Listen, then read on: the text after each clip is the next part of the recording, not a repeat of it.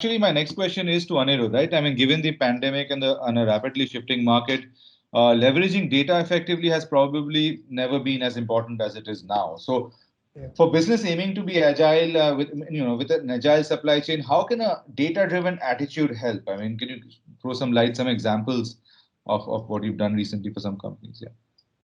Yep, sure, Radra. So I would say it's not something that helps. In fact, it's inevitable now. So you cannot say you have a Necessary. supply chain and you're not using data. That's virtually impossible.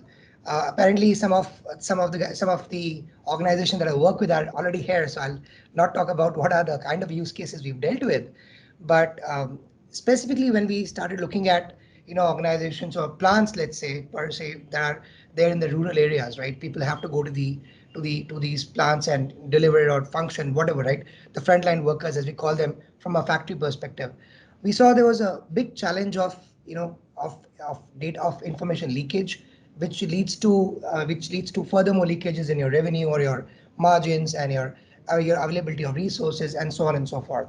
And we started analyzing where are those points where we can actually go and help the organization with any data point.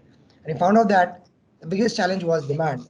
The way the demand was captured was written on a piece of paper. Somewhere it was in a ERP system, somewhere it was in a PDF. So it was in the mind of a planner. Okay, I need to produce this much because I'm guessing I'll be getting this much as my demand.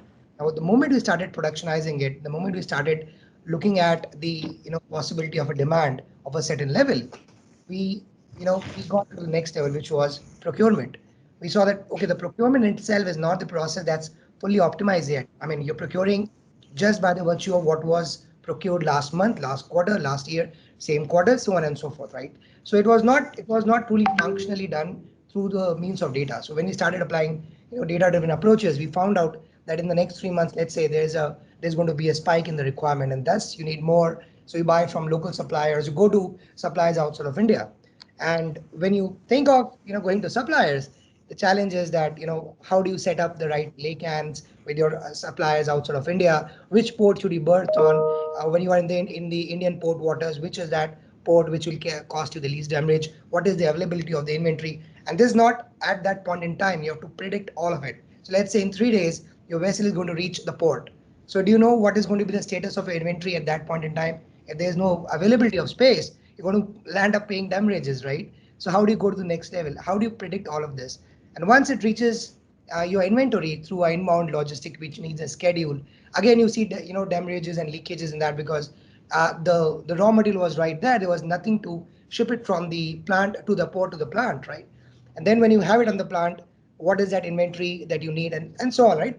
It's a connection that kinds of leads you to the end customer. And what we found out was that not just at one place, in fact, at every other place of supply chain, data-driven culture, or data-driven approach rather, not only help it optimize the damages. I mean, one of the customers, we work for, they specifically mentioned that their damages have gone down by as much as 40% without changing the process. It is just that the decisions were not done, intuitively. They're driven by the data. So if I am buying more from a supplier who's costlier, I have a reason for it, and that reason finally, brings out to a rationale of cutting down the cost. So I believe it's not just the help you get or maybe some automation that you probably land up with, but it's the actual decision making that happens at every point in the supply chain.